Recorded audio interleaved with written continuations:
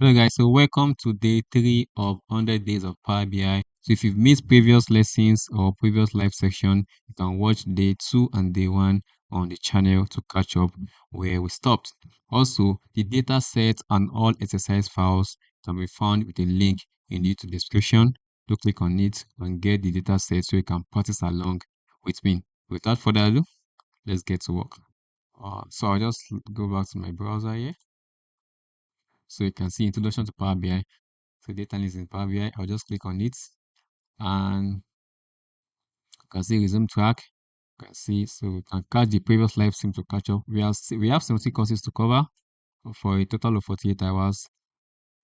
It says visualization options in Power BI. All right, let's get started. Hi there. Great job on completing the first 2 chapters.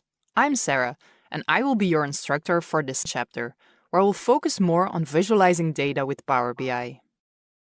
Power BI provides a number of different visualization types that you can use in reports. So far, we have only looked at a few of them. Let's find out what else is possible in Power BI.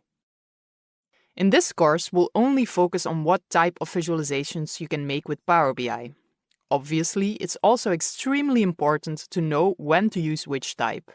You can learn all about this in DataCamp's Understanding Data Visualization course. Bar and column charts help you look at a specific value across different categories.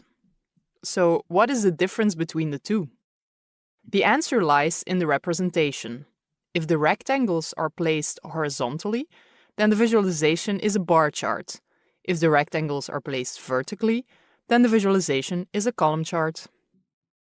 There are a number of different column and bar chart types available in Power BI. A stacked bar or column chart includes multiple elements in one bar. It shows the different series as a